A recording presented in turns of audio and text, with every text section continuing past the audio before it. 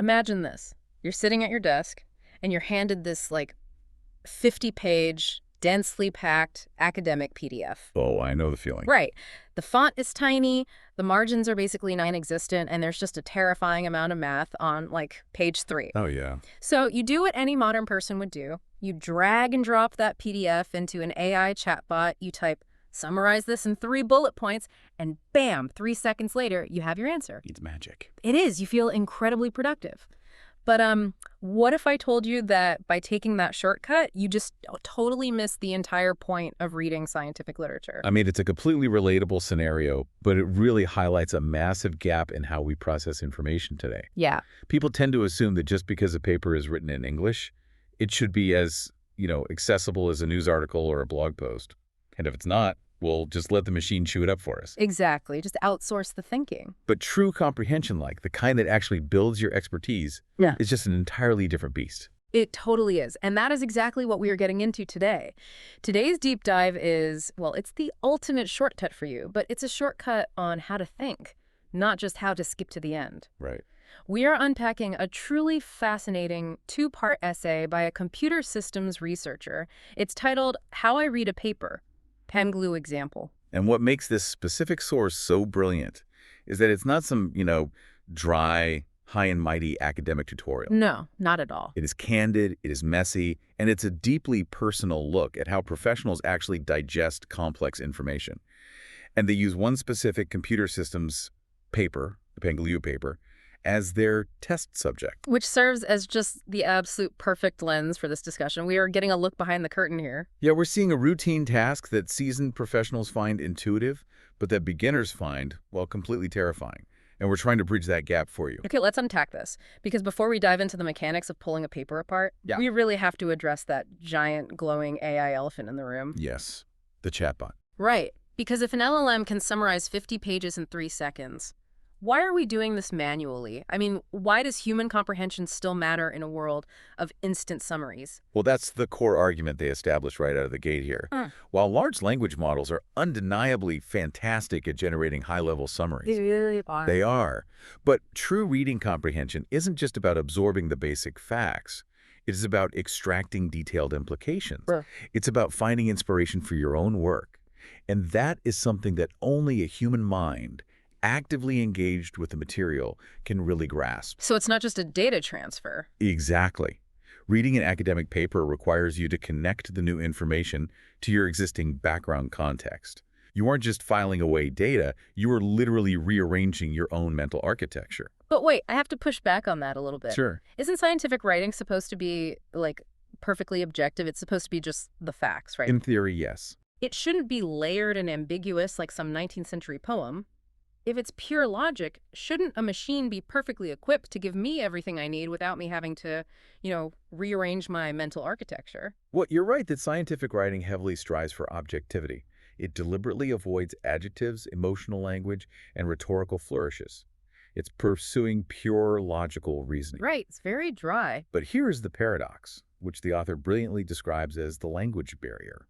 That hyper-objective style is partly designed to bridge gaps for non-native speakers. Oh, interesting. Yeah, the goal is to ensure the logic holds up regardless of whether the reader's native tongue is English, Mandarin, or Spanish.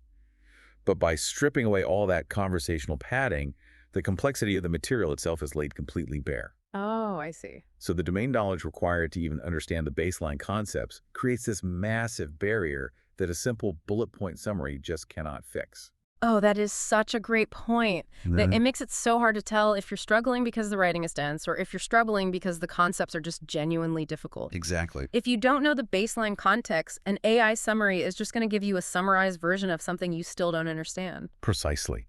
And there is a truly hilarious bit of irony in the essay regarding this exact dynamic. Oh, yeah, I loved this part. This entire piece is a passionate defense of deep human reading. Right. Yet the author openly admits to using an LLM to grammar check their own essay. Yes.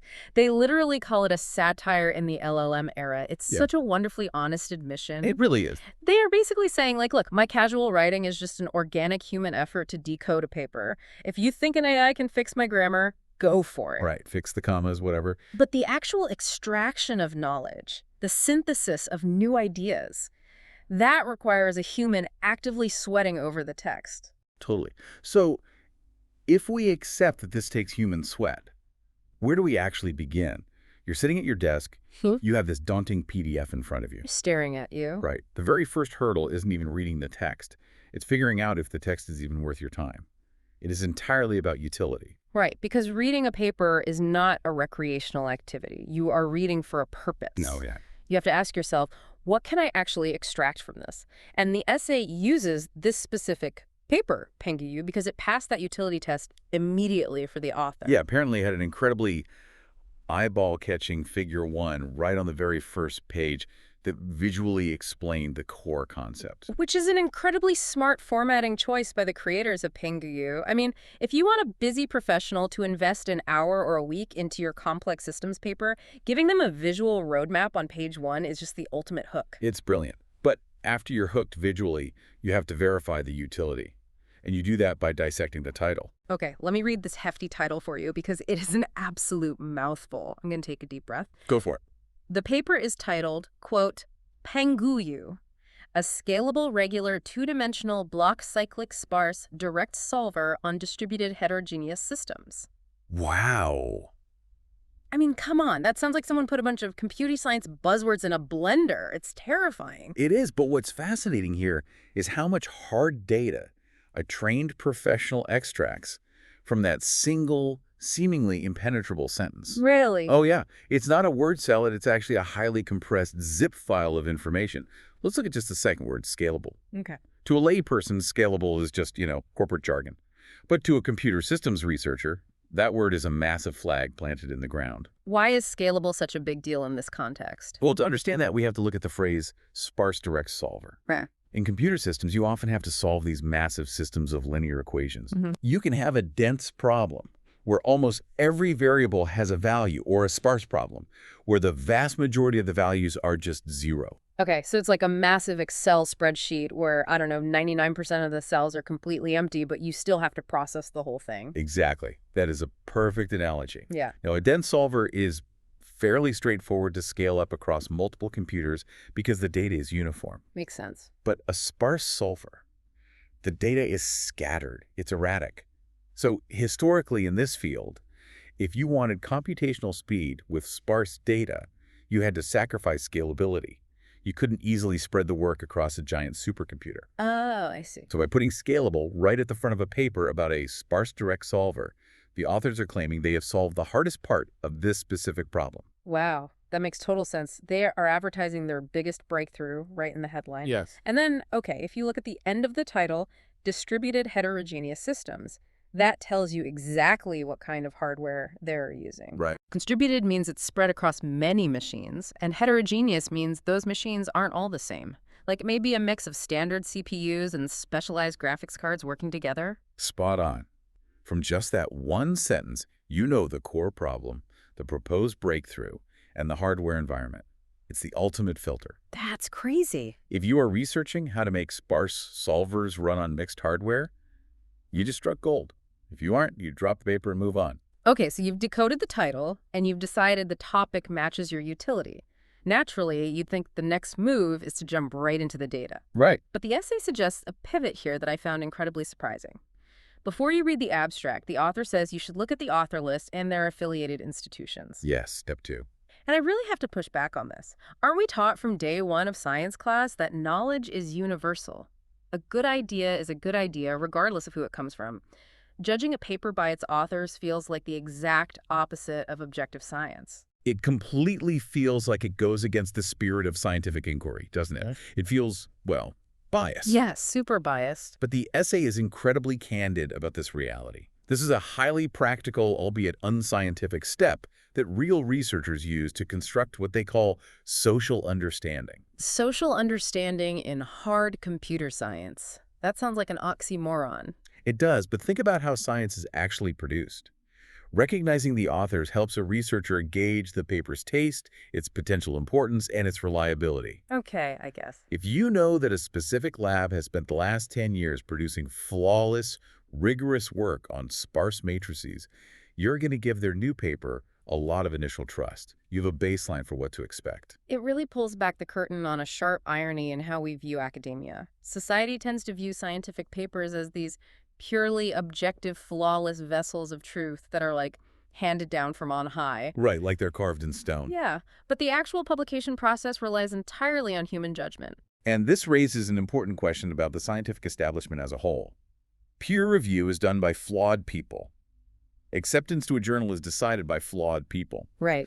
The essay points out that because the process is inherently human and subjective, there is no true, flawless standard of absolute truth upon publication. Therefore, it is public scrutiny, the collective stress testing by the entire community over time, that is the true regulator of science. I love that perspective. It's actually really empowering. It essentially gives you, the reader, permission to question the work. Yes, exactly. You don't have to blindly accept the data just because it's in a PDF. You build your social impression, you acknowledge the human element of the research, and then you dive in to see if their claims actually hold water. Yep. Which brings us finally to the abstract. Yes, the abstract. And the essay beautifully compares the abstract to a movie trailer. I love that analogy. Oh, and funny quirk, the author accidentally labels this step 2 again in the essay. Yeah, adding to that whole casual human vibe of the piece. But it really is a trailer. It's a highly condensed summary designed to hit all the major narrative beats: the problem, the challenges of the problem, the proposed solution, and a teaser of the experimental results. And I really appreciate how the essay doesn't just say, read the abstract. It walks us through it sentence by sentence to show how a professional brain actually processes this trailer. Right. Like sentence one of the Pangolin abstract basically says, quote, sparse direct solvers play a vital role in large-scale high-performance computing. Boom. Utility established. We know why this matters in the real world. Then comes the second sentence, Yeah. which establishes the baselines. Right. This is where papers acknowledge what already exists before they explain how they're going to beat it. Okay. The abstract mentions that existing methods use multifrontal or supernoval patterns to aggregate columns and exploit dense basic linear algebra subprograms, or BLAS for computation. Okay, stop right there, because this is exactly where my eyes usually glaze over. I don't blame you. If I'm reading a paper and I hit multifrontal supernodal patterns and BLAS, I am completely lost. I mean, what does that even mean? Let's actually decode that right now because it connects perfectly to your spreadsheet analogy from earlier. BLAS basic linear algebra subprograms are essentially the highly optimized foundational Lego blocks of computer math. Okay, Lego blocks. Computers are incredibly fast at executing these specific BLAS operations, but only if the data is packed together neatly. Like a dense spreadsheet, no empty cells. Exactly. But remember, our data here is sparse. It's scattered everywhere. So multifrontal or supernodal patterns are basically just clever sorting techniques. Oh, I see. Yeah, they are algorithms that look at all that scattered, sparse data and try to group it together into temporary, dense little blocks so the computer can actually use the fast Lego block. So it's like having a massive, messy warehouse, and before you put the boxes on the fast conveyor belt, which is the BLS, you have to group the loose items into standard-sized boxes first. That is exactly what it is. Yeah. Perfect. But here is the challenge, which the abstract introduces in the very next sentence. Right. It explains why these existing grouping methods fail. It cites two main culprits: unevenness in the data layout and wasting floating point operations on something called zero fill-ins. Okay, here's where it gets really interesting. Because when I hear zero fill-ins, I think of doing math with the number 0. Right, naturally. And 0 times any number is 0. 0 plus a number is just that number. That's the easiest math in the world. Why is a supercomputer struggling with zeros? You would think a computer would breeze right through it, but in high-performance computing, it is an absolute nightmare. The issue isn't the difficulty of the math, it's the cost of moving the data. Moving it. Yeah, doing complex operations on zeros is computationally useless, right? Oh, okay. But the computer still has to spend time and energy fetching those zeros from memory, running them through the processor, and writing the zero back to memory.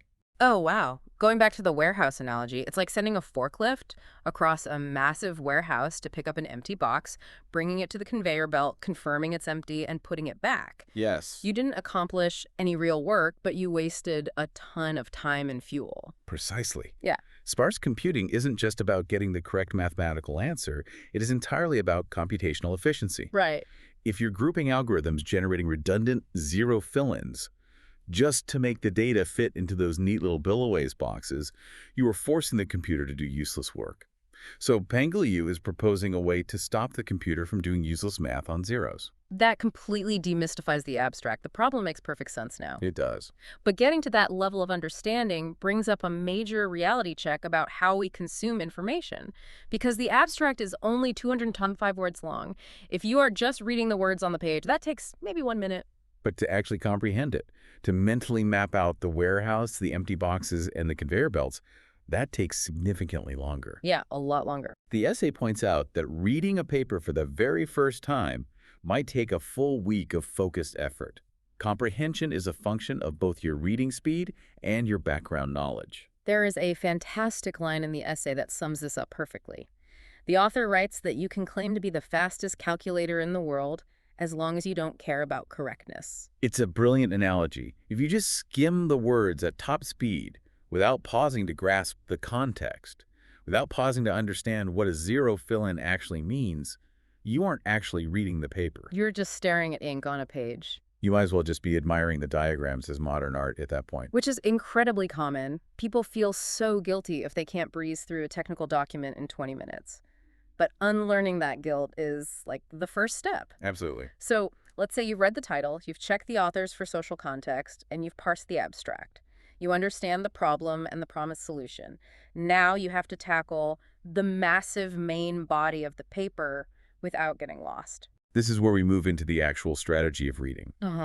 And the biggest mistake people make is assuming a paper is a novel. Right. You do not start on page 1 and read linearly to page 50.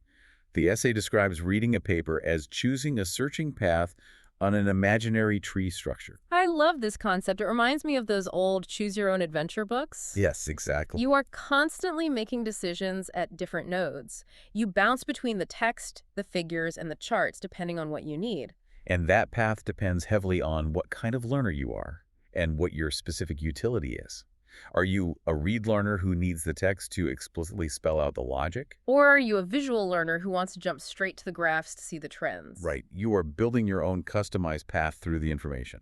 But how do you navigate that tree without getting completely turned around? I mean, 50 pages is a lot. Well, if we connect this to the bigger picture, the essay points out a massive advantage that readers have, and that is predictability. Predictability. Yeah.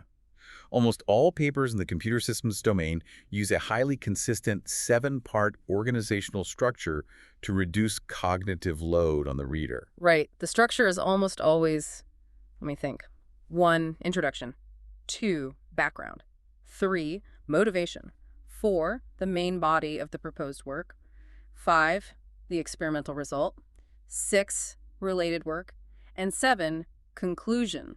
PangaLu follows this structure flawlessly. And because it's predictable, you can build your reading plan around your specific goal. Okay, so think about how this applies practically. Let's say you are a researcher trying to replicate their experiment to see if their claims about scalability are actually true. Where do you go? Well, you would skip everything else and jump straight to section 5, the experimental results, to look at their setup and their data. Exactly. But what if you are, say, a first-year graduate student looking for a thesis topic? You don't care about replicating the math yet. You just need an idea. Then you probably jump to section 7, the conclusion, because that's usually where authors list the future work, like the problems they didn't have time to solve. It's a goldmine for new projects. Oh, that's smart. Or maybe you are a manager at a tech company and you need to know why your current sparse solvers are failing. Right. You just need the context. So you would spend all your time in sections 2 and 3, the background and motivation, to deeply understand the bottleneck of those zero fill-ins. It is all about taking active control of the reading experience rather than letting the document dictate your pace. It's empowering. You are the architect of your own learning here. And speaking of being an architect, I want to bring up this beautiful, almost poetic detail that the essay includes regarding the actual name of the paper Pangu. Oh, yeah. It is a stunning metaphor that really elevates the whole discussion.